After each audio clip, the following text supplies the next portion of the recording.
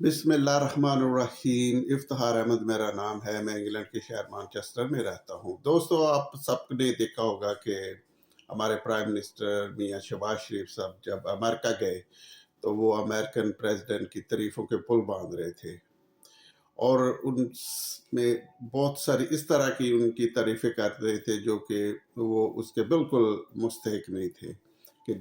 جنگ بندی کی، دس اینڈ دیٹ۔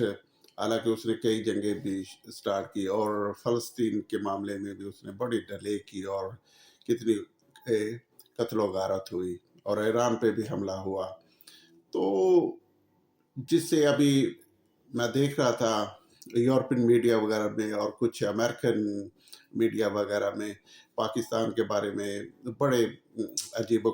غریب قسم کے ان کے جو تبصرے تھے، جو کہ ویری ویری امبیرسنگ تھے، کیونکہ ہمارے ملک کے لوگ صرف وہ پاکستانی جو میڈیا وغیرہ انہیں سنتے ہیں، تو اس لیے انہیں اس چیز کا اندازہ نہیں ہوتا کہ انٹرنیشنل لیول پہ جو دوسرے ملک کے میڈیا وغیرہ ہے وہ کیا کر رہے ہیں۔ تو ڈونلڈ ٹرمپ خود اپنے ملک میں کافی ان پاپولر ہو رہا ہے، اس کی کچھ پالیسیوں کے خلاف امریکہ میں بہت بڑے مظاہرے وغیرہ بھی ہو رہے ہیں، تو وہ بہت تیزی سے وہ ان پاپولر ہو رہا ہے۔ لیکن ہمارے جو حکمران ہے وہ بس جس چیز کو پکڑ لیتے ہیں بس اسی کے پیچھے چل دیتے ہیں۔ یہ بھی سچائی ہے کہ امریکن پریزیڈنٹ اگر پاکستان کو لون وغیرہ دیتے ہیں، جو انٹرنیشنل ادارے ہیں ان پہ پریشر وغیرہ ڈالتے ہیں کہ انہیں دے دو یا ان کا لون وغیرہ بھی نہ دو، اس طرح کی ان کی طرف سے پریشر وغیرہ ہوتا ہے، تو اسے ہر چیز کو کچھ نہ کچھ اور اچھے طریقے سے بیلنس کر کے چلتے ہیں کہ نہ تو ہمارا پرائم منسٹر خود کو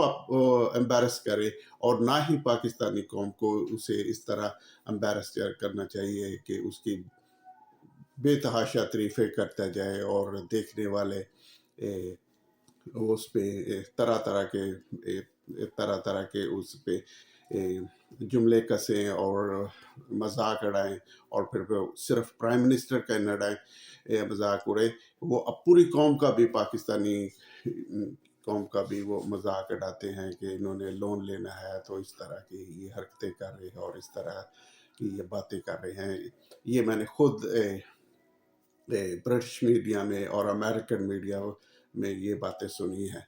تو ہمارے سیاستدانوں کو بھی چاہیے کہ وہ بھی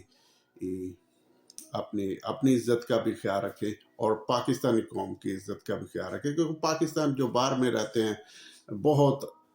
ہارڈ ورکنگ ہے، اور ان کا ایک اچھا امیج ہے کہ یہ لوگ بہت محنتی ہیں، بہت زیادہ محنت کرتے ہیں، اور اپنی محنت سے بھی یہ کوئی نہ کوئی مقام پر پہنچ جاتے ہیں۔ تو میری اپنے دوستوں سے بار بار میں نے یہی ایک چیز کا ریکویسٹ کی ہے کہ آپ انٹرنیشنل میڈیا کو بھی دیکھا کریں، اور اچھا کنٹینٹ بھی دیکھیں، صرف وہ ناچ گانے اور بس ادھر ادھر کی چیزوں کو لائک کرنے